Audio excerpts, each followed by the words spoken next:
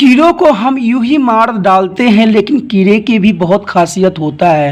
एक कीड़ा ऐसा भी होता है जो हमें मखमली तंतु प्रदान करता है। उसकी भी क्या खासियत है जिसको पहन के हम अपने आप को वीआईपी कहलाते हैं। है वो कीड़ा सबके लिए बेकार, लेकिन फिर भी वो कर जाता है लाखों का काम। हेलो बच्चों, कैसे हो? आपका स्वागत है त्रिपाण स्टडी सेंटर में। आज जो हम करने जा रहे हैं वो है दैनिक जीवन में गृह विज्ञान यानी क्लास 10th एनआईओएस बोर्ड का तंतु तथा कपड़ा। ये चैप्टर 10th है जो कि बहुत ही इंपॉर्टेंट है। इसमें हम तंतु और कपड़ा के बारे में पढ़ेंगे कि कैसे जो है एक रेशम के कीड़े हमारे लिए जो है प्रदान करते हैं रेशे, और हम इसे अपने आप को वीआईपी बनाते हैं। लेकिन उससे पहले जो एक बात मैं हमेशा कहता हूँ, जो आपको अमल भी करना चाहिए और समझना भी चाहिए, कि जब भी वीडियो देखिए पूरा देखिए, क्योंकि अधूरा जानकारी सदैव खतरनाक होता है। और मैं नहीं चाहता जो बच्चे मेरे साथ जुड़े हैं वो अधूरा जानकारी के साथ अपना जो है आगे बढ़े। लेकिन उससे भी इम्पोर्टेंट बात ये है, जो बच्चे नए हैं जो देख रहे हैं मेरे चैनल को, जो अभी आए हैं, उनको सब्सक्राइब कर लेना चाहिए, क्योंकि इसमें बहुत ज्ञान है। आपको सब्सक्राइब करने के लिए कुछ भी नहीं करना पड़ेगा। आपको आपके मोबाइल दिख ही रहा होगा। मोबाइल में आप जैसे ही आप मेरा चैनल स्टार्ट करते हो, वहाँ पर जो है रेड बटन आ जाता है, ठीक है, रेड सब्सक्राइब लिखा हुआ आता है। आपको कुछ भी नहीं करना, उसको टच करना है। एक बार टच करने के बाद आप घंटी जरूर बजा लीजिए और लाइक जरूर कीजिए, क्योंकि इससे ये होगा क्योंकि आप इससे जुड़ जाओगे। क्योंकि ये चैनल जो है नया है और नया चीज़ों को आपको पता ही है कि जल्दी आपको रिसर्च पे नहीं आता है। लेकिन सब्सक्राइब अगर आप कर लेते हो तो आप जो भी मैं एनआईओएस के रिगार्डिंग कोई वीडियो डालूंगा तो वो आपको मिल जाएगा। और मेरे साथ जुड़ने से फ़ायदा ये होगा कि आपको जब तक आपका पढ़ाई एनआईओएस को ख़त्म नहीं हो जाएगा तब तक मैं कुछ ना कुछ डालता ही रहूँगा, जो आपके एग्ज़ाम के लिए बहुत ही महत्वपूर्ण होगा। और एग्ज़ाम के टाइम और भी इंपॉर्टेंट क्वेश्चन डालूंगा जो आपके लिए ज़रूरी है। लेकिन आप चलिए, ये बात तो था आपके लिए, लेकिन आज जो हम चैप्टर करने जा रहे हैं तंतु तथा कपड़ा, उसके विषय में हम चर्चा करते हैं। देखते हैं आज तंतु और कपड़ा में क्या है। सबसे पहले दोस्तों यही आता है कि वस्त्रों की पहचानना तथा घर के कार्य में कपड़ों का प्रयोग। आपको पता है जो कपड़े होते हैं, हम जो बेशक इसको मार्केट से खरीद के ले आते हैं, लेकिन हमने कभी ये सोचा नहीं होता है कि वो किस चीज़ से बना होता है, कैसे बनता है। आपको पता है जो एक रेशम का कीड़ा भी होता है ना, वो भी हमारे लिए अपने जीवन में इतना हमें दे जाता है रेशम कि वो उसका जीवन सफल हो जाता है। लेकिन फिर भी हम जो लोग होते हैं, हम एक दूसरे को देख के ईर्ष्या करते, भावना रखते हैं। लेकिन कीड़ा भी देखिए हमारे लिए कुछ ना कुछ दे के जाता है। आपने दुनिया के लिए क्या दिया?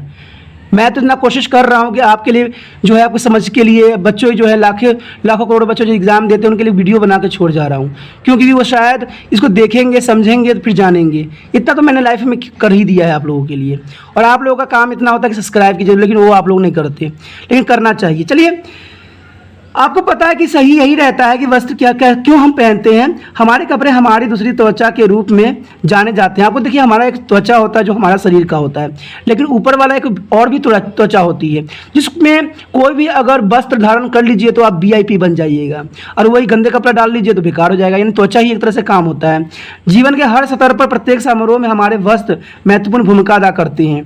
ये हमारे शरीर को ढक कर रखते हैं तथा प्रतिकूल जलवायु परिस्थिति में हमें सुरक्षा प्रदान करते हैं। देखिए, कपड़े जो होते हैं हमारा, अगर हमारा जो मौसम चेंज हो जाता है तो वो हमारे लिए क्या करते हैं, सुरक्षा कवच के काम करते हैं। क्यों? क्योंकि वो हमारे लिए ज़रूरी होते हैं। हम क्या करते हैं, समय के साथ अपने आप को बदलते रहते हैं। आप कोई भी ओकेशन में चले जाए, कहीं भी पार्टी में चले जाए, आपका पहचान आपके कपड़ों से होता है। लोग ये नहीं कहते आप कितने इंटेलिजेंट है, लोग ये कहते हैं देखो कितना सुंदर कपड़ा पहन के आया है।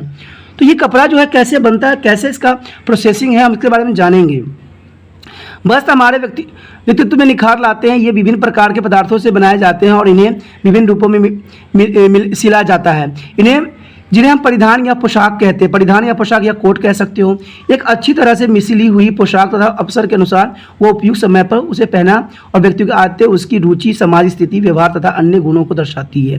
ठीक है ना? आपको पता है कि जैसा हमारा ओकेशन होता है वैसे ही हम कपड़े वस्त्र को धारण करते हैं। शादी ब्याह होता है तो हम भड़कीले चमकीला करते हैं, धारण करते हैं। ठीक है, कुछ आप जानते ही हो कि कैसे कैसे फैशन होता है, कैसे कैसे आप कपड़े डालते हो, जहाँ पर आप अपने आप को क्या करते हो, सबसे सुंदर देखने की कोशिश करते हो। तो सुंदरता जो होता है वो कपड़ों से आप अपने सोचते हो कि रिप्रेजेंट होती है। चलिए, कपड़ा भी, वस्त्र भी जो है इंपॉर्टेंट ही होती है, लेकिन सच्चाई में अगर वास्तविकता में देखा जाए तो इंसान की अपनी सादगी ही उसकी विशेषताओं का, गुणों को दर्शाता है। लेकिन यहाँ पर हम वस्त्र के बारे में कह रहे हैं तो वस्त्र भी कोई आम नहीं होती है, वो भी एक विशेष होती है। ठीक है, अगर मान लीजिए कोई शादी करने जा रहा है, मैरिज करने जा रहा है, अगर वो साधारण कपड़ा पहन लेता है तो उसको दूल्हा कौन मानेगा? तभी तो उनका जो वस्त्र होता है डिफरेंट होता है, सभी से डिफरेंट होता है। और एक अलग उनकी पहचान होती है। तो वो कौन पहचान दिलाता है? वो दिलाता है आपका पोशाक, जो कपड़े होते हैं। व्यक्ति की आदतें, उसकी रुचि, समाज स्थिति, व्यवहार तथा अन्य गुण दर्शाती है। सामान्य पुरुष, महिलाएं तथा बच्चे विभिन्न प्रकार के वस्त्र पहनते हैं और उनके पास विभिन्न प्रयोजन और अवसरों के लिए विभिन्न प्रकार के पोशाक होते हैं। उदाहरण के लिए औपचारिक और अनौपचारिक अवसरें और खेलकूद तथा रात्रि के समय पहनने जाने वाले पोशाक। आपको पता ही है, जो औपचारिक आप पहनते हो, अनौपचारिक जो पहनते हो, आपको पता है स्कूल के लिए औपचारिक पहनते हो, अनौपचारिक जो होती है आप लोग ऐसे एक वस्त्र धारण कर लेते हो, ठीक है। और जो होता है खेलकूद के लिए आपके कोई अलग वस्त्र होता है, और रात्रि के समय सोने के लिए कोई और वस्त्र होता है। तो हमारे लिए हर समय के लिए, हर ओकेशन के लिए कोई ना कोई वस्त्र जो है उपलब्ध होता ही है। हमारे देश में वस्त्रों और रंगों के निर्धारण मौसम, जलवायु, व्यक्ति की आयु, अवसर और वैवाहिक स्थिति, लिंग, समुदाय, खुशी तथा दुख के आधार पर किए जाते हैं। और इन सब चीज़ों में जो होता है वस्त्र का अपना एक विशेष स्थान होता है। अगर जलवायु चेंज हो जाता है, मौसम चेंज हो जाता है, तो आप क्या करते हो? वस्त्र भी चेंज कर लेते हो। व्यक्ति की आयु पे डिपेंड करता है, छोटा है, बड़ा है, जिस तरह के बच्चे होते हैं उसी तरह के हम वस्त्र भी देते हैं। बच्चों को हम बहुत ही नरम देते हैं, ठीक है। और उसी तरह से जो है हम जो बड़े होते हैं वो डिफरेंट टाइप के कपड़े पहनते हैं। अवसर भी एक अच्छी होती है जहाँ पर हम कोई अलग तरह का कपड़ा पहनते हैं। विवाहिक, जिसे तो आपको पता ही है। लिंग भी निर्धारित करता है कि हमें किस प्रकार के वस्त्र को धारण करना चाहिए। समुदाय भी करता है। अगर मान लीजिएगा अब जनजाति में देखिएगा, जो आदि मानव होते हैं, ठीक है, उसमें भी अलग तरह के वस्त्र पहने जाते हैं। खुशी और दुख, खुशी के मौसम में भी अलग पहना जाता है, दुख होता है जब किसी की मृत्यु हो जाता है तो सब व्हाइट पहन लेते हैं। तो ये भी एक तरह का ओकेशन होता है जहाँ पर वस्त्रों का एक महत्वपूर्ण योगदान होता है। वस्त्रों से व्यक्तियों की धर्म तथा व्यवसाय का भी पता लगाया जा सकता है। आप देखते हो कि विशेष प्रकार के जो व्यवसाय में काम करते हैं व्यक्ति उसी प्रकार के वस्त्र को धारण करते हैं। अन्यथा किन्हीं सबसे महत्वपूर्ण वस्त्र उसे पहनते वाले की आदत और स्वच्छता के प्रति उनके दृष्टिकोण को भी दर्शाता है। और मान लिया अगर आप गंदे कपड़े पहन रहे हो तो इसका ये पता लगता है कि आपका जो है आप कपड़ों पर इतना ध्यान नहीं देते हो। लेकिन वही साफ सुथरा अच्छा कपड़ा पहनते हो तो लगता है कि हाँ बंदे जो है वीआईपी दर्शाते हैं अपने आप को। यदि कपड़े गंदे हों और उनमें सिलवट्टे पड़ी हो तो हम मान लेते हैं कि वह व्यक्ति लापरवाह तथा गरीब है, ठीक है। यही बोलता है ना कि फटा उटा है, गंदगी हो रखा है, तो हम सोचते हैं क्या कि वो बंदा गरीब है। सड़क साफ सुथरे तथा अच्छी तरह से इस्त्री किए हुए कपड़े व्यक्तियों की सुंदरता, व्यक्तित्व को दर्शाता है। तो कपड़े जो होती है बहुत ही महत्वपूर्ण योगदान देते हैं हमारे जीवन में। हमारी आदतों को, हमारे गुणों को दर्शाने के लिए कपड़ा जो है एक माध्यम बन जाती है। कपड़ों के अन्य प्रयोग। सोचें और बताएं कि आपके घर में कपड़ों को अन्य क्या कहते हैं। वस्त्र के अतिरिक्त आप अपने घर में कपड़ों को चादर, पर्दे, कमरे की सजा, कुशान के कवर आदि के रूप में प्रयोग करते हैं। रसोई में आपको झाड़ना, पोछे, कवर आदि की आवश्यकता होती है जो कपड़े से बने होते हैं। सामान्यतः अधिकतर परियोजनाओं के लिए सूती कपड़ों की सर्वाधिक उपयोगिता होती है। जब आप विभिन्न प्रकार के कपड़ों के गुणों को ज्ञान प्राप्त कर लेंगे तो आपको पता चल जाएगा कि सूती कपड़ा ही अधिकतम प्रयोग क्यों किए जाते हैं। क्योंकि आपको पता है हर व्यक्ति यही कहता है कि सूती कपड़े का इस्तेमाल कीजिए, सूती कपड़े का इस्तेमाल कीजिए। आखिर सूती कपड़े में विशेषता क्या है? तो इसको हम जब पढ़ेंगे तो हम इसके बारे में और भी ज्ञान हमें समझ में आएगी। लेकिन अभी देख लेते हैं कपड़ों और उनके स्रोत। देखिए कपड़े जो होते हैं उनके स्रोत, कपड़े कहाँ से प्राप्त होते हैं, कपड़े कैसे बनते हैं, ये वो क्वेश्चन आपके माइंड में होगा। तो इन्हीं बातों पे हमने चर्चा करना है और यही हमारे सिलेबस का जो है मेन मोटिव है। तो इसको आपको समझना बहुत ही ज़रूरी हो जाता है। क्या आपको पता है कि तंतु दिखने में कैसा होता है? इसके समझने के लिए थोड़ी सी कपास ले और उसका सबसे छोटा अंश अलग निकाल ले। उसका ध्यानपूर्वक अध्ययन करें। यह छोटा सा बड़े रेशे जैसी एक नरम संरचना या सफ़ेद बाल जैसी नजर आती है। वास्तव में यही तंतु है। कपास के एक तंतु का पता लगाना पाना बहुत कठिन होता है, किंतु कपास के गुच्छे के रूप में इसी आसान से पहचाना जा सकता है। तो यही बात है ना, अगर एक तंतु लोगे तो उसको पहचानना बहुत ही मुश्किल पड़ेगा। लेकिन अगर आप मुट्ठी भर लोगे तो इसे आपको तुरंत पता लग जाएगा भाई ये कपास का बना हुआ है। आइए अब उन तंतुओं की संरचना के बारे में विचार करें। आप जानते हैं कि ये भेड़, बकरी, खरगोश, ऊँट आदि पशु से बाल से होते ही बनाए जाते हैं। जितने भी आप कपड़े पहनते हो, ठीक है, वो सारे के सारे इन्हीं चीज़ों से बनाए जाते हैं। इन बाल तंतु के स्वेटर, जुराबे, दस्ताने, स्कार्फ, शॉल और कोट आदि बनाए जाते हैं। इसे आप शुद्ध ऊनी कपड़े या बुनाई की ऊनी से धागे के निकाल कर देख सकते हैं। आपने इसे क्या देखा? तो आपने क्या देखा और क्या जाना? इसी प्रकार हमारे आसपास अन्य प्रकार के तंतु उपलब्ध है। हमारे पास बहुत तरह के टाइप्स के तंतु उपलब्ध है जिनका प्रयोग कपड़ा बनाने के लिए किया जा सकता है। इनके विषय में हम आगे खंड में पढ़ेंगे। हम देखते हैं कि हमारे पास कौन कौन से जो है कपड़े के लिए सूत उपलब्ध है। देख लेते हैं थोड़ा सा। बच्चों जैसे देख सकते हो आप, ऊनी हो सकते हैं, रेशम हो सकते हैं, लिनेन हो सकते हैं, सूती होते हैं, पॉलिस्टर हो सकते हैं। आप इसको नेट पर सर्च करके आप पता लगा सकते हो कि किस प्रकार से दिखते हैं। मैं ज़रूर डाल देता है इस पर, लेकिन जो है यूट्यूब वाले सब नहीं डालने देते हैं, कॉपीराइट लगाते हैं। तो इसलिए आप जो है यूट्यूब पे अपना देख सकते हो कि या कहीं भी आप जो है किसी भी उद्योग में जाकर या नेट पर सर्च करके इनकी वास्तविकता को देख सकते हो। जो ऊनी, रेशम, लिनोन, सूती, पॉलिस्टर, ये सारे टाइप्स के होते हैं जो हम वस्त्र को पहनते हैं। ये बहुत ही महत्वपूर्ण हो जाते हैं। इनको लंबाई तथा स्पर्श के आधार पर इन तंतुओं को सामान्य तथा अंतर अध्ययन कर सकते हैं। तंतु की वास्तविक चौड़ाई वार और लंबाई वार संरचना के आंखों से नहीं देखा जा सकता है, किंतु इन्हें उच्च पावर वाले माइक्रोस्कोप में आसानी से देखा जा सकता है। उच्च पावर वाले माइक्रोस्कोप में नजर आने वाले कुछ सामान्य तंतुओं का लंबाई वार चित्र नीचे दर्शाए गए हैं। ओके, जो आपने भी देखा है। तो इसको बहुत ही हमने माइक्रो से आपको दिखाने की कोशिश किया है। ये तो सिर्फ एक आपको कार्टून के रूप में या कह सकते हो पेंसिल से बनाई गई थी, लेकिन वास्तविकता जो है आप रिसर्च करके देख सकते हो। उसके बाद इसमें तंतुओं के स्रोत तथा उनका वर्गीकरण। देखिए, जो तंतु का स्रोत होता है वो कहाँ से आता है, तंतु आखिर आती कहाँ से, ये बात मैंने पहले भी क्वेश्चन किया था। तो चलिए इसके बारे में हम देखते हैं। एक तो होता है प्राकृतिक स्रोत से तंतु, यानी जो प्राकृतिक से हमें मिलती है, जो नेचुरल होता है, जिसको हम आर्टिफिशियल नहीं। कुछ तंतु जो होते हैं हम खुद बनाते हैं अपने हाथों से, लेकिन कुछ जो होते हैं हमें नेचर से मिलते हैं, यानी प्राकृतिक से मिलते हैं। आपको पेड़ पौधों से मिलते हैं, तो उसको हम प्राकृतिक कहा जाता है। जो पेड़ पौधे हो गए प्राकृतिक, जो हम खुद बनाते हैं उसे मानव निर्मित कहते हैं, जो हम आगे पढ़ेंगे। तो देख लेते हैं प्राकृतिक स्रोत से तंतु कौन कौन से प्राप्त होती हैं। प्राकृतिक जैसे कि पौधे तथा पशुओं के प्राप्त सभी प्रकार के तंतुओं को प्राकृतिक तंतु कहते हैं। जो हमें पौधे पशुओं से प्राप्त होती है वो सब प्राकृतिक ही होती है। उदाहरण के लिए कपास, ऊन, लिनोन, रेशम आदि, ये सारे के सारे जो होते हैं हमारे जो होते हैं ये प्राकृतिक होते हैं। पौधे से प्राप्त तंतुओं के सेलुलोसिक तंतु कहते हैं, जैसे सूत तथा लिनोल। पशु स्रोत से प्राप्त होने वाले तंतुओं को प्रोटीन तंतु कहते हैं, जैसे ऊन और रेशम। ये प्रोटीन तंतु होते हैं जो कि बहुत ही काफ़ी महंगे भी होते हैं और हमारे लिए इम्पोर्टेंट भी होते हैं। आप देख सकते हो कि कपास या कोया गुच्छा, देख सकते हो कपास जो होती है इस प्रकार से होती है। कपास आपने बहुत जगह देखा होगा, रुई जो उड़ती रहती है, इस प्रकार से कपास होती है। ओके, जो हमारा भेड़ से कि भेड़ तो आपको पता ही, जो बहुत सारे बाल होते हैं जो गर्मी में झड़ने लगे तो गर्मी में हम उसको काट के हटा देते हैं और सर्दियों में दोबारा से उस पर बाल आ जाता है। ये प्राकृतिक एक तरह से होता है कि प्राकृतिक क्या करता है, जो भेड़ होते हैं उनको बचाने के लिए इन पर क्या करते हैं, बाल के गुच्छे ला देते हैं जब सर्दी आती है तो। लेकिन जब गर्मी आती है तो क्या करते हैं, इसको झाड़ना पड़ता है। तो लोग क्या करते हैं, ये प्राकृतिक रूप से भी झड़ सकता है, लेकिन लोग क्या करते हैं, इनके बालों को काट लेते हैं और काट के जो है स्वेटर बनाने में बहुत सी चीज़ों में उपयोग कर सकते हैं। तो ये प्राकृतिक हो जाती है। और एक जो होती है, जो आपने शुरू से ही जानते हो, रेशम के कीड़े। रेशम कीड़े जो होते हैं बहुत छोटे होते हैं, लेकिन बहुत इनके बहुत बड़े गुण होते हैं कि ये क्या करते हैं, अपने जीवन में इतना जरूर कोकून दे देते हैं कि हमारे लिए जो होता है काफ़ी होती है। ओके, और इनके कोकून जो होते हैं बहुत ही महंगे होते हैं और ये आपको पता है रेशम कहलाता है। रेशम तो आपको पता ही है कि एक रुमाल भी आप खरीदोगे तो 500 या 800 से कम नहीं मिलता है, क्योंकि रेशम की अपनी ही एक अलग बात होती है और उनकी अपनी ही एक कॉस्ट होती है। तो मान लीजिए कि छोटा सा कीड़ा कितना महत्वपूर्ण होती है और ये अपने जीवन में इतना जरूर दे देती है कोकून की हमारे लिए उपयोगी सिद्ध हो सके। उसके बाद हमारा आ जाता है मानव निर्मित तंतु, यानी जो इंसानों ने बनाया है, इंसानों के द्वारा बनाया गया है। इंसान भी जो है अपने लिए बना सकते हैं। रसायनों का प्रयोग करके प्रयोगशाला में निर्मित तंतुओं को मानव निर्मित तंतु कहते हैं। आपने देखा होगा कि कुछ कपड़े जो होते हैं फटाक से आप हल्का सा भी आग पे पड़ता है तो सारे सिकुड़ जाती है, देखा ही होगा आपने। ऐसे तो आपने जनरली देखा होगा, टेलीकटन ये सब होती है वो कैसे होती है, इसी चीज़ों से बनाई जाती है। जिसको हल्का सा भी होता है, नायलॉन हो गया, ओके, एक्रिलिकल हो गया, प्लास्टर हो गया, ये सब जो है कृत्रिम तंतु हैं। ओके, ये आपके घरों में भी होता है। आप देखना कोई कपड़े हमें हल्का सा थोड़ा सा काट लेना, फिर उसमें आग लगा के देखना, फटाक से क्या होता है, सिकुड़ जाती है। ऐसे बहुत से वस्त्र होते हैं जो पेट्रोलियम पदार्थ से भी बनाए जाते हैं। ओके, तो ये बातें ध्यान देना आपके लिए बहुत ही महत्वपूर्ण बन जाता है। उसके बाद है पुण्य उत्पादित तंतु।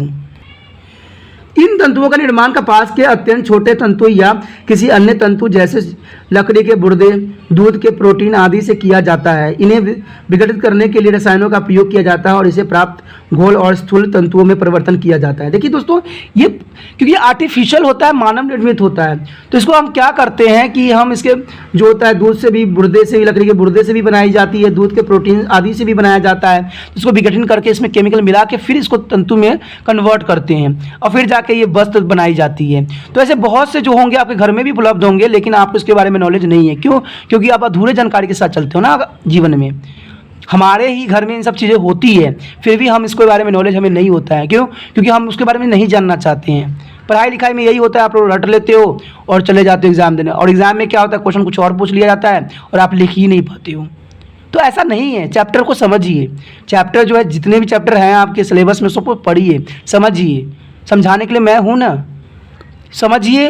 और फिर अगर आपको डाउट लग रहा है तो मुझसे क्वेश्चन पूछिए, और क्वेश्चन तभी पूछ पाओगे जब सब्सक्राइब चैनल करोगे। तो चलिए आगे देखते हैं क्या है। तो ये क्या जो है, हमारे सारे जो होते हैं विस्कोस, एस्ट्रेस्ट्रिंग, ट्राइस्टेट से, सेलुलोज से, कैसिन तंतु दूध से, तथा सोयाबीन तंतु, ये सारे जो होते हैं तंतु होते हैं दोस्तों, जो प्राकृतिक रूप से नहीं बनते हैं, कृत्रिम रूप से बनाए जाते हैं। आगे भी जो है कृत्रिम तंतु, इसका निर्माण विभिन्न प्रकार के पेरो रासायनिक पदार्थों से किया जाता है, जिसमें नायलॉन हो जाता है, एक्रिलेट हो गया, पॉलिस्टर हो गया, कृत्रिम तंतु हो गया। ये सारे के सारे जो होते हैं हमारे प्राकृतिक नहीं होते, कृत्रिम होते हैं, जिसको मानव निर्मित भी कहा जाता है। ओके, यानी मैन मेड। हमेशा प्राकृतिक तंतु से बने वस्त्रों का प्रयोग करने की सलाह दी जाती है, यानी हमारे प्राकृतिक तंतुओं से बना हुआ वस्त्र ही प्रयोग करना चाहिए। कृत्रिम से करोगे तो ये आपको बहुत तरह की बीमारियां भी कर सकती है, क्योंकि ये पर्यावरण से विषमता होती है, यानी ये जो होता है इको फ्रेंडली होती है, और इको फ्रेंडली चीज़ों का यूज़ करने का ही सलाह हर जगह दिया जाता है। कई बार तंतु जो कृत्रिम तंतु वाले कपड़े एलर्जी उत्पन्न भी कर देते हैं, और इसकी वजह से इंसान तक की इन्फेक्शन भी हो जाती है, यहाँ तक कि इंसान की मृत्यु तक भी हो सकती है। जब इन्हें शरीर से चिपका कर पहना जाता है तो सामान्य रूप से प्रयोग होने वाले प्राकृतिक तंतु मानव निर्मित तंतुओं के तो दिया गया है कुछ। देखिए दोस्तों, जो प्राकृतिक होती है वो थोड़ा सा जलता है तो राख बन जाती है, लेकिन जो कृत्रिम होती है वो जलती तो चिपक जाती है। ओके, ये चिपक जाती है बॉडी के साथ। क्यों? क्योंकि ये प्राकृतिक नहीं है, कृत्रिम है, और इसको पेट्रोलियम या आपको पता रसायन पदार्थों से बनाई जाती है, इसलिए बॉडी में चिपक जाता है। और मान लीजिए किसी गलती से थोड़ा सा आग भी लगता है तो ये बॉडी में चिपक जाएगी, तो ये क्या करेगी, हमें बहुत नुकसान पहुंचाती है। और जो प्राकृतिक होती है वो जब जलता है तो बहुत ही आसान रूप से जल जाता है और उसका राख में कन्वर्ट हो जाता है। तो ये बातें बहुत ही महत्वपूर्ण हो जाती है। आप जैसे तालिका में देख सकते हो जो हमारा यहाँ पर दिया गया है, इसमें प्राकृतिक तंतु जो है पौधा, कपास, नीलॉन, ऊन, रेशम। कपास का कोया से बनाया जाता है, प्लास्टिक टेंडर्स की छाल से बनाई जाती है, भेड़, बकरी, खरगोश, लाम आदि से बाल से बनाया जाता है। रेशम कीड़े से बनाए जाते हैं, रेशम जो पशु की जो प्रोटीन से बनाई जाती है। मानव निर्मित जैसे हो जाता है रेयॉन, नायलॉन, प्लास्टर्स, एरिकेट। ठीक है, ये सूती, लिस्टर या लकड़ी के गुर्दी या रसायन से बनाई जाती है। ये सब रसायन से, देखिए सब के सब रसायन से बनाया जाता है। और रसायन से बना हुआ चीज़ तो आपको पता है ना कितने हमारे लिए खतरनाक होता है, तो आपको बताने की आवश्यकता ही नहीं, क्योंकि आप तो खुद ही समझदार हो।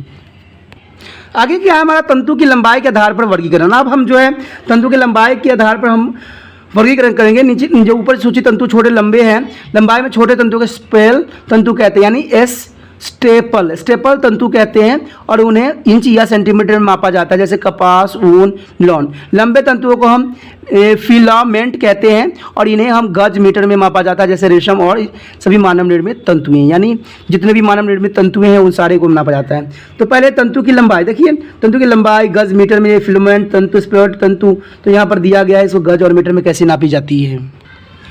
विभिन्न तंतुओं की सामान्य विशेषता।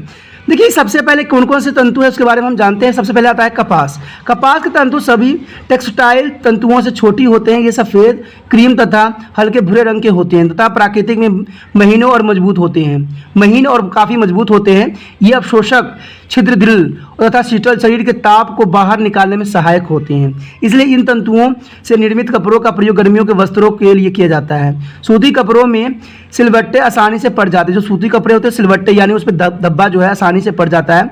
सूती कपड़े मजबूत तथा लंबे समय तक चलता है और इसे धोना आसान होता है। इसका प्रयोग तौलिया, चादर, तकिए के गिलाफ आदि के लिए किया जाता है। इन्हें बार बार धोने की आवश्यकता होती है, तो इसलिए इसको सूती कपड़े से बनाया जाता है।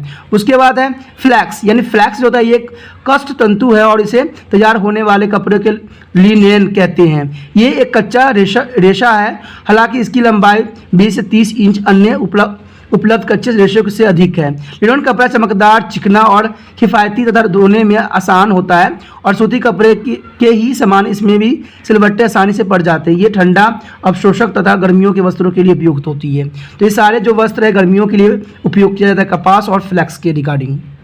उसके बाद बच्चों ये है कि जूट है। फ्लैक्स समान ही जूट भी एक आधारभूत तंतु है। जूट का सर्वाधिक उत्पादन भारत में होता है। जूट के तंतु छोटे और चमकदार तंतु फ्लैक्स से कमजोर होते हैं। ये तंतु सामान्य रेशेदार तथा खुरदुरे होते हैं। इनका प्रयोग बोरी तथा रस्सी बनाने के लिए प्रयोग किया जाता है। तो इनका प्रयोग सामान्य जूट का इसी में ही किया जाता है। उसके बाद दोस्तों आ जाता है ऊन। इसे पालतू पशुओं जैसे बकरी, भेड़, खरगोश आदि के बालों से प्राप्त किया जाता है। ऊनी तंतु का रंग हल्के सफ़ेद से हल्के क्रीमी जैसा भिन्न हो सकता है। ऊन से तैयार कपड़े कोमल, नरम, अवशोषक होते हैं तथा उनमें आसानी से सिलवट्टे नहीं पड़ते हैं। ये बात याद रखना कि इसमें जो ऊन में होता है ना, सिलवट्टे नहीं पड़ते। आपने देखा है कभी जो आप स्वेटर पहनते हो उसमें सिलवट्टे पड़े हों? ऐसा नहीं होता है। सिलवट्टे का मतलब यही होता है कि धब्बे पड़ जाते हैं। जैसे आपने देखा होगा गर्मियों में पसीने की वजह से धब्बे पड़ जाते हैं, तो ऐसा नहीं होता है। ये शरीर के ताप के बाहर नहीं निकलने देते हैं और तापरोधी का कार्य करते हैं, यानी शरीर से आपको तापमान को बाहर निकलने नहीं देते हैं, जैसे सर्दियों में होता है। तभी तो हम स्वेटर को है सर्दियों में ही पहनते हैं। इसलिए ऊनी कपड़ों के निर्मित वस्त्रों का प्रयोग सर्दियों के मौसम में किया जाता है। ऊन एक कमजोर तंतु तथा धुलाई के साधारण साबुन या पाउडर या रगड़ने से यह आसानी से प्रभावित हो जाती है। इसलिए जो है स्वेटर को धोने के लिए आसान तरीका बताया गया है उसको, कि हम डायरेक्टली धोना होता है, इसको रगड़ना नहीं होता है, उसको पीटना नहीं होता है, क्योंकि वो इनके तंतु जो होते हैं बहुत ही कमज़ोर होते हैं और एक बार टूट जाते हैं तो सारे के सारे तंतु जो है ऑटोमेटिक छोड़ देते हैं। उसके बाद बच्चों आता है रेशम। रेशम यह कीड़े द्वारा निर्मित एक प्राकृतिक तथा प्रोटीन फिलामेंट है। ये प्रोटीन होती है फिलामेंट। रेशम से निर्मित कपड़े चिकने, महीन, नरम, चमकदार, गर्म तथा ऊन से मजबूत होते हैं। इन्हें तंतु की रानी भी कहा जाता है। याद रखना एग्जाम में अगर आता है तंतु की रानी किसे कहते हैं, तो याद रखना किसे कहते हैं, रेशम को। रेशम क्या कहते हैं, तंतुओं की रानी, यानी सबकी रानी तंतु है, याद रखना रेशम है कहा जाता है। इसका प्रयोग औपचारिक वस्त्रों के लिए प्रयोग किया जाता है, औपचारिक के लिए बनाया जाता है। रेयॉन एक जो होता है मानव निर्मित रेशेदार तंतु है जो चमकदार, चिकनी तथा शीतल और अवशोषित होता है, किंतु यह प्रकृति में कमजोर है क्योंकि यह रेशम बहुत मिलता जुलता है, इसलिए इसको रेयॉन की कृत्रिम रेशम या आर्ट रेशम भी कहते हैं। तो ये बात आपके लिए बहुत ही इंपॉर्टेंट है। इसलिए कभी भी एग्जाम में अगर आ जाता है कृत्रिम रेशम या आर्ट रेशम, तो याद रखना कि वो रेयॉन को नाम रेयॉन के बारे में बता रहा है। इसका प्रयोग गर्मियों के वस्त्र बनाने के लिए किया जाता है। ये तंतु प्राकृतिक में थर्मोप्लास्टिक होते हैं, अर्थात ये ताप संवेदी तथा चिकने होते हैं और ताप लगने पर आसानी से पिघल जाती हैं। तो ये बात ध्यान देने वाला है कि ताप लगने से क्या होता है, ये पिघल जाता है।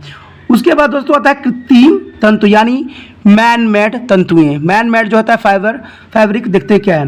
कृत्रिम तंतु का निर्माण पेट्रोलियम पदार्थों से किया जाता है, जैसे नायलॉन, प्लास्टर, एक्रिलिक आदि कृत्रिम तंतुओं के उदाहरण हैं।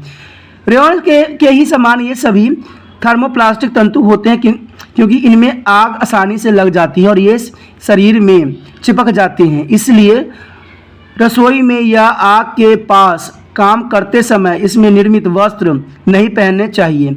कृत्रिम वस्त्रों में सिलवट्टे नहीं पड़ते हैं। याद रखना जो कृत्रिम वस्त्र होता है उसमें सिलवट्टे नहीं पड़ते हैं, यानी कोई भी इसमें प्रॉब्लम नहीं आती है और इन्हें हल्के या चमकदार रूप से तैयार किया जा सकता है। ये काफ़ी मजबूत होते हैं, धुलाई में आसान तथा जल्दी सूख जाते हैं। दूसरे शब्दों में इसको देख रेख तथा रख रखाव आसान होता है, इसलिए इन कपड़ों को भी थोड़ा काफ़ी प्रायोरिटी दी जाती है। आज के समय में जो मानव निर्मित ही कपड़े का उपयोग किया जाता है, क्योंकि जो प्राकृतिक कपड़े हैं वो बहुत ही महंगे होते हैं। तो मैक्सिमम जो व्यक्ति हैं वो जो कृत्रिम वस्तुओं का ही प्रयोग कर रहे हैं। तो ये बात भी जनरली आम हो जाती है। आगे हमारा क्या है, गैर तकनीकी परीक्षण द्वारा तंतु की पहचान। अब हम क्या करेंगे, जो हमारे कपड़े हैं उनकी पहचान करेंगे कि भाई ये कपड़े जो है किस प्रकार से अपना विशेषता को दर्शाता है। तो वस्त्र के दृश्य परीक्षण तथा स्पर्श द्वारा तंतुओं की पहचान करना। अब आप विभिन्न सूत्रों से प्राप्त तंतुओं के नाम तथा उनके मूलभूत गुणों से अवगत हो गए होंगे। क्या इन ज्ञान के आधार पर आप खरीद जाने वाले कपड़ों की पहचान कर सकते हैं? जी हाँ, कुछ स्तर तक आप यह जान सकते हैं। यदि आपके तंतु की विशेषता याद हो तो उसको गुणों को भी पता होगा, क्योंकि कपड़ों में भी बहुत गुण होंगे जो उनके तंतुओं होंगे कि उनके गुणों को दर्शाते हैं। अगर आप उसे गुणों को जानते होगे, समझते होगे, तो आप ऑटोमेटिक जो है बता सकते हो छू के ही कि कपड़ा जो है किस प्रकार का कपड़ा है और इसको हम किस नाम से किस कैटेगरी में डालेंगे। तो ये बहुत ही महत्वपूर्ण है, क्योंकि ये इंपॉर्टेंट इसलिए है क्योंकि आप इससे क्या हो जाते हो, कपड़े के विशेषज्ञ बन जाते हो। कपड़े के बारे में आपको काफ़ी नॉलेज हो जाता है।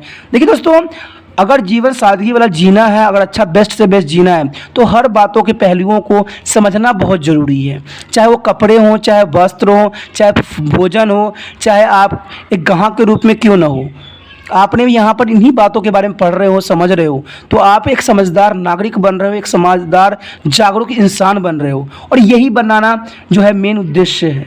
तो पान स्टडी सेंटर का मेन जो उद्देश्य है यही है कि बच्चे हर तरफ से एक शिक्षित और एक समझदार नागरिक बने और अच्छे से अच्छे अपना जीवन को जो है बेहतर ढंग से कमाएं और जीवन में अच्छे से तरक्की करें। और तरक्की करने के लिए आपको त्रिपान स्टडी सेंटर के साथ जुड़ना पड़ेगा। क्यों? क्योंकि एग्ज़ाम के समय मैं इसके रिगार्डिंग इंपॉर्टेंट क्वेश्चन आपको डालूंगा और समझाऊंगा। जब एग्ज़ाम होगा आपका एग्ज़ाम जो NIOS में होता है 2 ही बार होता है, एक तो अक्टूबर नवंबर के आसपास हो जाता है और एक होता है मार्च अप्रैल के आसपास होता है। मार्च में जो होता है इसका प्रैक्टिकल स्टार्ट होता है और अप्रैल में इसका एग्ज़ाम स्टार्ट हो जाता है, तो अप्रैल में ही ले लेता है। तो इस समय जो होगा मैं हर एक सब्जेक्ट के रिगार्डिंग एक महत्वपूर्ण क्वेश्चन रिलीज करूंगा जो एग्जाम में 100% आएगा और बच्चों को वो करना पड़ेगा। तो करोगे कब? जब चैनल को सब्सक्राइब करोगे। एक बार तो सुन लोगे, उसके बाद इसको लीव कर जाओगे यहाँ से, फिर दोबारा आप इस पर मिल नहीं पाओगे और दोबारा चैनल आपको मिलेगा कि नहीं, क्योंकि ये नया है और आपका नाम तक भी आपको ढंग से याद नहीं रहेगा। एक बार देख लोगे फिर नाम तक भी याद नहीं रहेगा, तो हो गया ना आपको बहुत बड़ा नुकसान। तो इसलिए सब्सक्राइब कर लीजिए, सोचिए मत। चलिए देखते हैं आगे हमारा क्या है। इसमें आप देख सकते हो कि सभी चीज़ों का यहाँ पर रखरखाव के बारे में बताया गया है। कपास जो होता है दिखने में प्रभावीहीन होता है, किंतु मर लगने पर चमकदार हो जाता है। कपास में कोमल तथा चिकना एहसास होता है, शीतलन एहसास कराता है। नीलॉन जो होती है कोमल और चिकना बनावट दिखाई देता है। जो जूट होती है खुरदुरा व रेशेदार बनावट। इसे आप पहचान सकते हो कि भाई ये कैसा है। ऊन जो होगी नरम कोमल तथा अवशोषित दिखने में भी भारी होता है। तो ये चीज़ें बहुत ही ज़रूरी रहती है। इन गुणों के कारण दोस्तों आप किसी को पहचान भी सकते हो बहुत आसानी से। रेशम जो होगी कोमल नरम तथा हल्का रहेगा। रेयॉन जो होगी ये कोमल तथा चमकीला किंतु रेशम से भारी होती है। कृत्रिम तंतु जो होगी ताप संवेदी, कोमल ताप लगने पर पिघल जाती है। तो इन बातों का ध्यान होता है। आगे जो है हम इसको वर्निंग करके देखेंगे, जला के देखेंगे कि इसमें किस तरह से गंध आती है, किस प्रकार के इसकी जलती है। जाल का परीक्षण यानी बर्निंग ऑफ टेस्ट द्वारा जलाकर जो होता है हम परीक्षण करते हैं तंतुओं की पहचान। तंतु जलाकर परीक्षण हमें किन तंतु की संरचना के बारे में पता बताता है, अर्थात कपड़े के तंतु पौधे पशु से प्राप्त किया गया या मानव निर्मित है। दैनिक परीक्षण करने के लिए निम्नलिखित हमें चरण दिया गया है। सूती हो या कपड़े से तंतु के कुछ रेशे निकाल लें और मोमबत्ती या माचिस की सहायता से उसको जलाएं। ठीक है। लौ के पास आते ही लौ में तंतु की स्थिति और जलने के पश्चात बचे अवशोष का अवलोकन करें। क्योंकि विभिन्न प्रकार के तंतु जलने का पैटर्न विशिष्ट होता है, यानी कोई भी जलता है अपने तरीका से जलता है जिस तरह से उसको बनाई जाती है, इसीलिए आप उनके जलने के प्रकृति से उन्हें पहचान सकते हैं। तो कुछ जो है हम यहाँ पर देख लेते हैं परीक्षण। सबसे पहले हमारा है जो है सेलुलोसिक तंतु, कपास, नीलॉन, जूट और रेशम आदि। देखिए ये क्या होता है, लौ के समीप जाते ही क्या होगा, आसानी से आग पकड़ लेती है। इसमें आग पकड़ाने की जरूरत नहीं पड़ती है, ये खुद ही आग पकड़ लेती है आसानी से। दहन के बाद जो लौ के प्रकार क्या होगा, चमकदार लौ निकलेगी और साथ निरंतर जलते रहते हैं। जलने के बाद भी आग रहती है, उसमें जल जाता है फिर भी उसमें थोड़ा थोड़ा आग रहता है। तो आप कह सकते हो ये नीलॉन होगा, जूट या रेशम, कुछ भी हो सकता है। ये जलने पर उसकी गंध कैसी आएगी, कागज़ के जलने की जैसी गंध आती है उसको। जब गंध आएगा तो जब अवशेष बचेगा कैसा बनेगा, हल्का पंखनुमा ग्रो, काली नरम राख बच जाती है इसमें। उसके बाद जो होती है प्रोटीन तंतु यानी रेशम, ये सुलगना और जलना, सुलगती है फिर जलती है धीरे धीरे। धीमी झिलझिले लौ करक और घुमादार रहती है इसकी जो होती है। उसके बाद इसमें गंध जाती है बाल तथा पंख के जलने जैसी होती है। क्यों बाल और पंख के जलने जैसा इसलिए आता है क्योंकि ये जो है प्रोटीन तंतु है। तो इतना याद रखना, अगर बाल जैसे और पंख जैसे जलने की बदबू आए तो समझ जाना कि ये तंतु जो है रेशम का है। रेशम जैसी भुरमुरी, काली राख, ऊन और काली से असामान्य तोड़ी जा सकने वाली छोटी गोलियां जैसी बन जाती है ये। उसके बाद जो दोस्तों है कृत्रिम, जिसमें आता है रेयॉन, प्लास्टर, एक्सपोर्ट आदि। ये लौ के पास आते ही सिकुड़ जाती है। मैंने पहले ही कहा था जो ये होगी ना चिपक जाती है, सिकुड़ जाती है, ये जलेगी नहीं, सिकुड़ जाती है। जबकि हमारा नीलॉन, जूट और रेयॉन का क्या था, वो आग जल्दी पकड़ लेती है उसमें। ओके, और इसमें था ये सुलग और जलना, हल्का हल्का सुलगेगी फिर जलेगी, और इसमें जो है तुरंत आग पकड़ लेती है। ओके, इसमें लौ के पास आते ही सिकुड़ जाती है, बिल्कुल ही जलेगी नहीं, सिकुड़ जाएगी बिल्कुल ही। तो इसे आपको बता सकते हो कि ये जो है रसायन से बनाया गया पदार्थ है। ये जो होगा नरम होने लगता है और पिघलता और जल जाता है, पिघलने लगेगा और जलेगा। ये रसायन की मिश्रित गंध आएगी, रसायन की गंध आएगा आपको जब इसको सूंघोगे तो। कठोर, काली तथा तोड़ी न जा सकने वाली गोली बन जाती है, यानी बहुत काफ़ी हार्ड बन जाती है। क्यों? क्योंकि ये रेशम उससे बनाई गई है, जो है केमिकल से बनाई गई है। जलाकर परीक्षण की सीमाएं क्या होती है, यदि कपड़ा 2 या 2 से अधिक प्रकार तंतु या सूत्रों से बना है तो जलने पर उसकी परिणाम भ्रामक होगी। यानी जब मान लीजिए आजकल जो है फेट का ज़माना है, आजकल मिश्रित का ज़माना है, मिक्सचर का इस्तेमाल किया जाता है, तो आपको पता है प्राकृतिक के साथ क्या करते हैं, कृत्रिम भी मिला देते हैं पैसे कमाने के लिए। तो इसमें क्या होगा, आपको भ्रम हो जाएगा, थोड़ा सा गंद भी आ जाएगा और थोड़ा सा गंद भी नहीं भी रहेगा। यानी ऐसा आएगा कि आपने सोचा भी नहीं होगा कि भाई ऐसा तो हमने कभी सुना ही नहीं, जाना ही नहीं। तो ये बात इसमें 100% रहती है, क्योंकि आज का जो है भ्रम इसलिए पैदा होती है क्योंकि आज जो है मिश्रित चीज़ों का उपयोग किया जा रहा है, यानी एक या एक से अधिक पदार्थों को आपस में मिला के फिर बनाया जा रहा है। तो उसमें प्राकृतिक भी होती है, कृत्रिम भी होती है, लेकिन दुकानदार ये कहता है कि भाई ये प्राकृतिक है, रेशम है, ओरिजिनल है, तो हम उसी में धोखा खा जाते हैं और उसको ले लेते हैं और फिर हमें उसकी जो है गारंटी नहीं मिल पाती है ढंग से, और हम उसका उपयोग भी ढंग से नहीं कर पाते हैं। विघटन परीक्षण या ब्रेकिंग टेस्ट द्वारा विभिन्न तंतुओं के तैयार सूत्रों की पहचान। देखिए इसमें दोस्तों क्या होगा, हम तोड़ने की कोशिश करेंगे, तोड़ के हम पता करेंगे। विभिन्न प्रकार तंतुओं से निर्मित कपड़ों के एकत्र करें, इन सभी कपड़ों से सूत या धागे का निकाल ले और सबको अलग अलग रखें। एक एक करके प्रत्येक सूत्र को दोनों हाथों से पकड़े और उसे तोड़े। कपास जो होगा, कपास जब रहेगा वो क्या होगा, आसानी से टूट जाता है, इसके सिरे ब्रश नुमा होते हैं और ये तंतु हल्के घुमावदार होती है। जो फ्लैक्स होगी, क्या होगी, फ्लैक्स होगा, कपास से मजबूत होते हैं तथा इन्हें तोड़ने के लिए अधिक शक्ति लगानी पड़ सकती है। जूट जो होगा दोस्तों क्या होगा, सूत आसानी से टूट जाता है। ऊन जो होगा, सूत खिंचता है और ब्रश नुमा सिरे के साथ टूट जाता है। रेशम जो होगा, सूत झटके से टूटता है, झटका मारिएगा तब ये टूटेगा। रेयॉन जो होगा, सूत्र आसानी से टूट जाता है और इसकी ब्रशनुमा सिरे नहीं होती है। और कृत्रिम जो होगा वो होगा, सूत्र खिंचता है और आसानी से टूटता नहीं है। तो ये सब चीज़ें जो है बहुत ही इंपॉर्टेंट है। सूत और सूत निर्माण तथा कपड़ा निर्माण। सूत गुथे हुए तंतुओं को एक निरंतर लंबी कड़ी है, तंतुओं के रेशे को गूंथ कर एक दूसरे के साथ जोड़ा जाता है। इस प्रकार मुड़ाने से तंतुओं से के रेशों को मजबूती प्रदान होती है, जिसे सूत कहते हैं। यह सिलाई, कौशल, बुनाई और एम्ब्रॉयडरी तथा रस्सी बनाने के लिए प्रयोग होने वाले कपड़ों तथा धागों के उत्पादन के लिए उपयुक्त है। यह धागा अत्यधिक गुत्था हुआ तथा चिकना होता है। इसका प्रयोग सिलाई तथा कढ़ाई आदि के लिए किया जाता है। तो धागे का ये विशेषता होती है। उसके बाद है सूत निर्माता की प्रक्रिया। देखिए इसमें क्या होता है, क्या आप जानते हैं कि सूत किस प्रकार बनाया जाता है, यानी सूत को कतना, यानी स्पाइनिंग ऑफ वार्निंग। तो यह आपको पता होना चाहिए कि कैसे बनाई जाती है। यह आपका अनुमान सही है। सूत को काता जाता है। चरखों में सूत को काटने की प्रक्रिया में तंतु के समूह को खींचा निकालते तथा एक साथ ऐंठा जाता है ताकि सूत तैयार किया जाए। यानी सूतों को जो होता है चरखे में ऐंठा जाता है। ओके, इस चरखे से तो आप भली भांति परिचित ही हैं। ऐसे ही सूत जो है बनाई जाती है। भारत के 19 स्वतंत्रता संग्राम के दौरान लंबत तथा आय के स्रोत के प्रतीक रूप में चरखे का प्रयोग किया गया था। चरखा हाथों से कताई का एक तंत्र है। चरखे में काते गए सूत विभिन्न मोटाई वाले हो सकते हैं। मोटाई कताई वाले सूत्र का प्रयोग फर्श पर बिछाने वाले कपड़े जैसे दरी, कालीन आदि के लिए होता है। मध्यम मोटाई वाले सूत्र घर की सजावट के कपड़े बनाने जैसे पर्दे आदि के लिए प्रयोग किए होते हैं, जबकि महीन गुणवत्ता वाले सूत्र का प्रयोग परिधान और पोशाक के लिए प्रयोग किया जाता है, जो आप कपड़े उपड़े पहनते हो। भारत के अनेक राज्यों में सूती, ऊनी, कंबल तथा रेशम आदि के चरखे में भी काटा जाता है। बहुत से क्षेत्र में जो है आज भी ऐसा ही उपयोग किया जा रहा है। सूत बनाने के लिए तंतुओं के रेशों को या तो एस आकार में या घड़ी की सुई की दिशा में, जेड आकार में घड़ी की सुई की विपरीत दिशा में ऐंठा जाता है। सूत की गुणवत्ता तथा मजबूती प्रति इंच ऐंठने की संख्या पर निर्भर करती है। प्रति इंच ऐंठन की संख्या जितनी कम होती होगी, सूत उतना ही भारी तथा कम मजबूत होगा। और ऐंठन की संख्या अधिक होती है तो सूत महीन और मजबूत होता है। जैसे आपको पता ही है, देखिए ये कितना मजबूती दिखाई दे रहा है, कितनी ऐंठन दी गई है, इसमें कितनी ऐंठन दिया गया है, तो जेड शेप में दिया गया है, एस शेप में दिया गया है।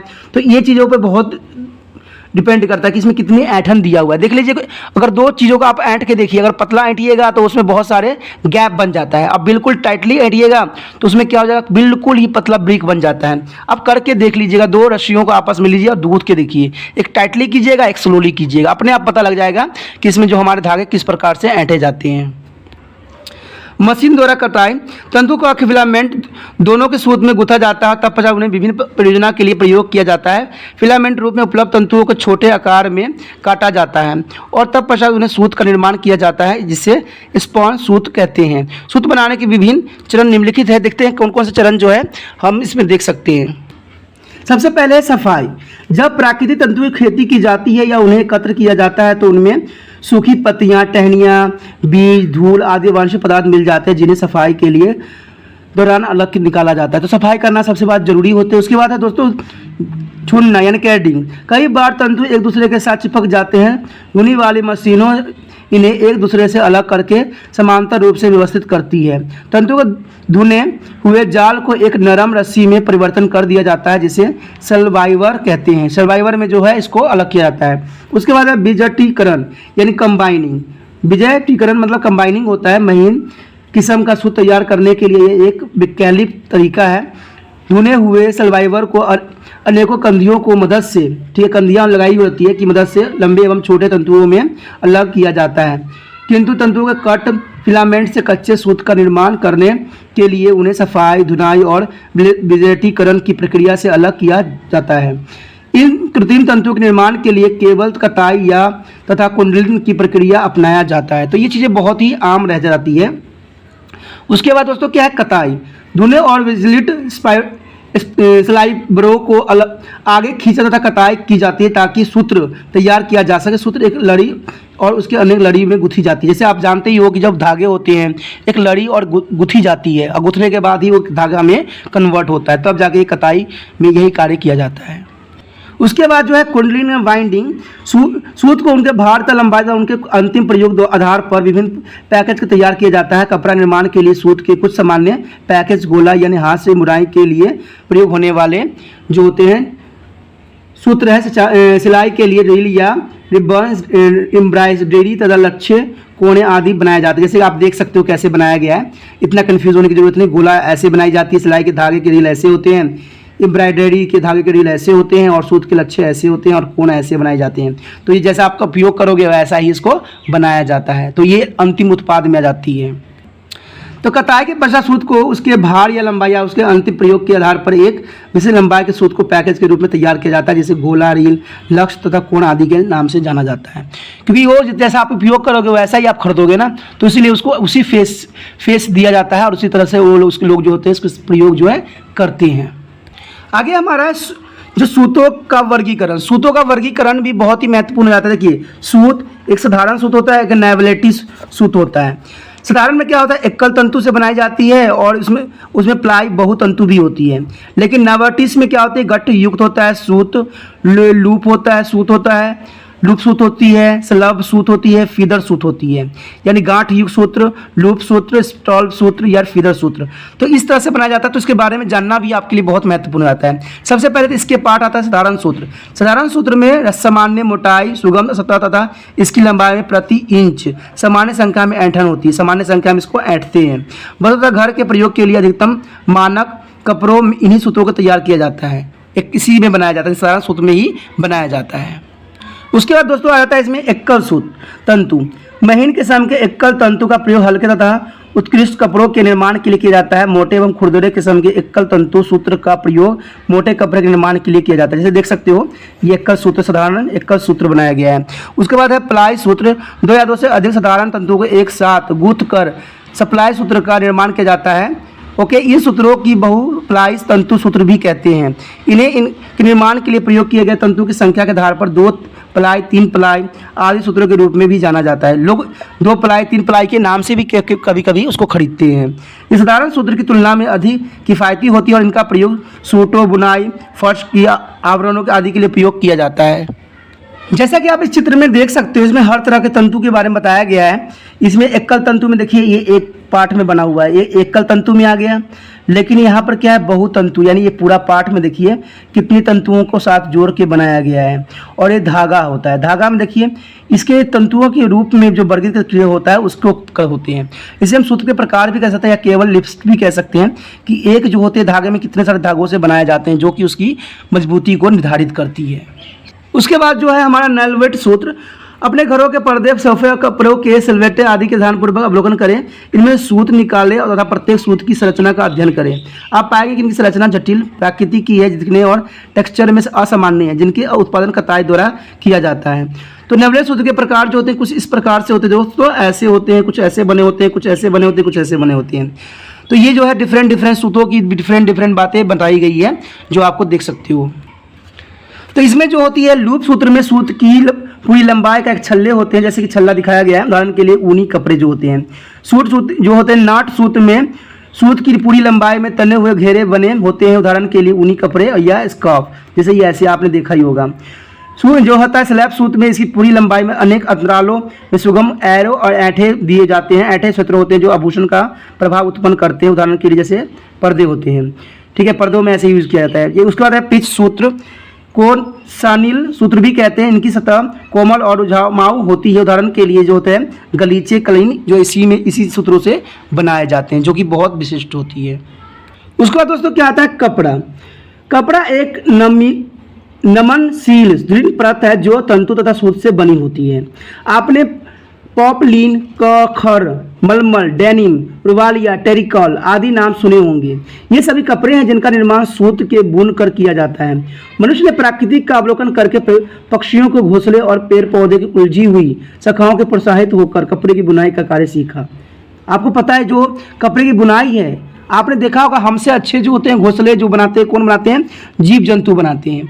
तो जीव जंतु से हमने बहुत कुछ सीखा है, उनके घर बनाने का डिज़ाइन, उनके बनाने के तरीके, उससे हम जाके कपड़े बनने के तरीका को सीखा है।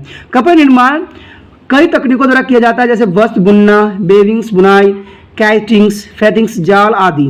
बहरहाल हम जो यहाँ कपड़े की बुनाई के प्रति सर्वाधिक लोकप्रिय है पद्धति है वो है बुनाई यानी वीविंग्स तथा सिलाई। निपट पर विस्तार से चर्चा कीजिए इस पे है, ठीक है। इसमें जो आपको पता है कपड़े बुनने के कई तरीके हैं। एक तो हो जाता है वस्त्र बुनना, एक होता है बुनाई, फेटिंग, एक होता है जाल। हम तो इसे बुनने के सारे जो है ढंग हैं। तो सबसे पहले जो हमारा जाता है कपड़ा बुनना यानी वेविंग्स। देखिए बुनाई या वीविंग क्या होता है कि प्राकृतिक में सूत को दो समूहों तथा तना और बना के परंपरा से 90 के कोण के अंतर्गत किया जाता है। कपड़ों में खरे सूत को तना कहा जाता है और परे सूत को बाना कहा जाता है, यानी ताना और बाना। ताना और बाना से बनाई जाती है, जैसे आप देख सकते हो कैसे ताना और बाना बनाया गया है। बुने कपड़ों की लंबाई में दोनों तरफ से सूत के छोर को अत्यंत धनात्व के साथ बुना जाता है और इस भाग को किनारी स्वेल्स कहते हैं। इसे कपड़े का सूत लंबाई बार छोरों से बाहर नहीं निकल पाता है। दो किनारियों के बीच के भाग को कपड़े का मूल शरीर माना जाता है। तो इस तरह से जो है कपड़े की बुनाई की जाती है, जैसे आप देख भी सकते हो। अब इन जो बुनाई किया गया उनकी क्या खासियत होती है? बुनाई से ठोस कपड़े की निर्माण होती है। इससे बुने हुए कपड़ों में खिंचाव नहीं होता है, इसलिए इसका रखरखाव आसान होता है। बुने कपड़ों में प्रिंट या एम्ब्रॉयडरी आसानी से हो जाता है। बुनाई कपड़ों के निर्माण की सबसे सामान्य पद्धति यही है। उसके बाद है मूलभूत बुनाई। बुनाई का व्यापक रूप से आधारभूत तथा नॉवेल्टीज बुनाई में वर्गीकृत किया जा सकता है। अधिकतर कपड़े का उत्पादन मूलभूत बुनाई प्रक्रिया के द्वारा किया जाता है, जो आगे 3 प्रकार से होते हैं: साधारण, टिवल्स और तथा सटीन बुनाई। आप देख सकते हो कि साधारण बुनाई में ऐसे बुने जाते हैं। जो टेबल बुनाई होती है कुछ इस प्रकार से होती है और स्टील बुनाई यानी ऐसे होती है। इसमें देखो जो है 2 की ही रेशो चली गई है, इसमें साधारण बुनाई की गई है, इसमें जो है 1/4 की बुनाई के रूप में इसको बुना गया है। तो कपड़ा जो है कुछ इसी प्रकार से बुनी जाती है। सबसे पहले जो हमारा क्या आता है साधारण यानी साधारण बुनाई। साधारण बुनाई को हम होमस्पन, टैबिस या टैफीटा बुनाई भी कहा जाता है। ऐसी बुनाई सबसे आसान होता है जब एक ताना सूत्र वैकल्पिक रूप से एक बाने के ऊपर तथा दूसरे बाने के नीचे से निकाला कर बुना जाता है, तो कपड़े का सर्वाधिक उत्पादन साधारण बुनाई प्रक्रिया द्वारा किया जाता है।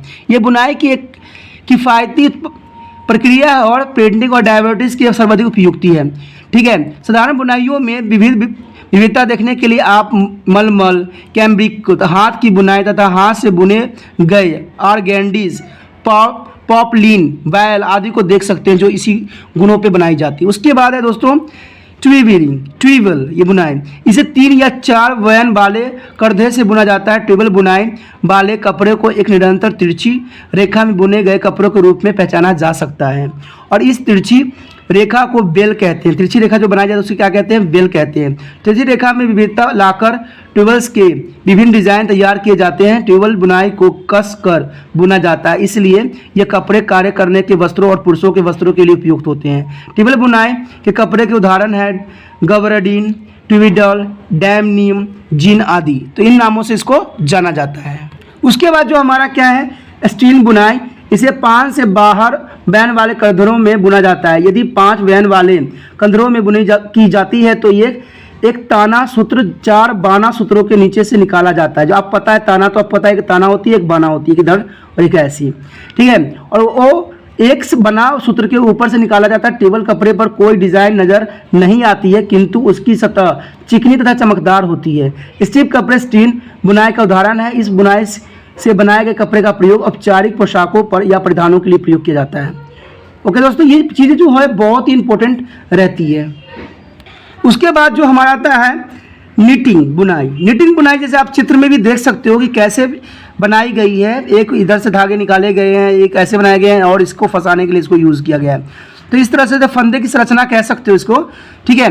और इसके बुना हुआ सूत्र देखिए, ऐसे बना हुआ सूत्र हमें प्राप्त होती है। स्ट्रिंग बुनाई जो होता है सूत्र ऊन के फंदे बनाने तथा पहले बनाए गए फंदे में नए फंदे बनाने की प्रक्रिया है। बुनाई के प्रकार के आधार पर यह या तो दाईं से बाईं ओर जाती है या बाईं से दाईं ओर जाती रहती है। फंदे लंबाई बार चलते हैं। ताना बनाई के सबसे सामान्य उदाहरण हाथ की बुनाई है। हालांकि इसका प्रयोग मशीन में स्वेटर, टी शर्ट तथा मोजे आदि बनाने के लिए भी प्रयोग किया जाता है। ताना बुनाई केवल मशीन में ही संभव है। बुनाई वाले कपड़े का प्रयोग औपचारिक वस्त्र, पार्टी के वस्त्र, खेलकूद के वस्त्र और आधे वस्त्र तथा घर के प्रयोग के वस्तुओं जैसे चादर, बेड कवर, कंबल आदि के लिए प्रयोग किया जाता है। बुनाई के दौरान फंदों की संरचना को दर्शाया गया है, जैसे आप देख सकते हो कैसे बनाया गया है। ओके, बने हुए की फिट कपड़े आसानी, फिटिंग और आरामदेही, लचीलेपन, गर्माहट, अवशोषित क्षमता वाले सिलवट्टे रोशे के लिए किए जाते हैं। तो आप कह सकते हो इसका जो है बहुत ही उपयोग किया जाता है। कपड़े अपनी फिटिंग के रिगार्डिंग जो है आरामदेही होते हैं, लचीलेपन होते हैं, गर्माहट करते हैं और इनके पास जो होते हैं अवशोषित करने की क्षमता बहुत होती है। तो ये जो है बहुत ही महत्वपूर्ण हो जाती है।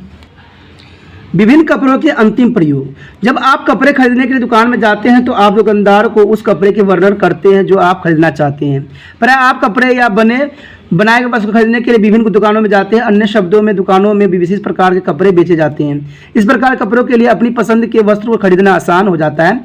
दुकानों में संबंधित उत्पादन की अच्छी तथा विविध किस्में को रखी जाती है, क्योंकि आपने विभिन्न प्रकार के तंतु, सूत्र, कपड़े तथा बुने हुए कपड़ों की विशेषताओं का अध्ययन किया है। इसलिए आप इस ज्ञान का प्रयोग कपड़ों के पहचानने तथा अपने प्रयोग के लिए इनका चयन कर सकते हैं। सूती कपड़े मलमल, खादी, पपलीन, रुबिया और डेनिम रूपों में उपलब्ध है। इसी प्रकार ऊनी कपड़े फेल्ट, नेट बुने हुए वस्त्रों में उपलब्ध है। रेशमी कपड़े कच्चे रेशम, कैप, सैटिन, सिल्क में उपलब्ध है। तो इस तरह से जो है हमारा सारे चीज़ें जो है कपड़े उपलब्ध है, जिसका हम मार्केट में आसानी से खरीद सकते हैं। ठीक है दोस्तों, ये जो हमारा जो चैप्टर था 10th चैप्टर था जो बहुत ही इंपॉर्टेंट था, तंतु तथा कपड़ा।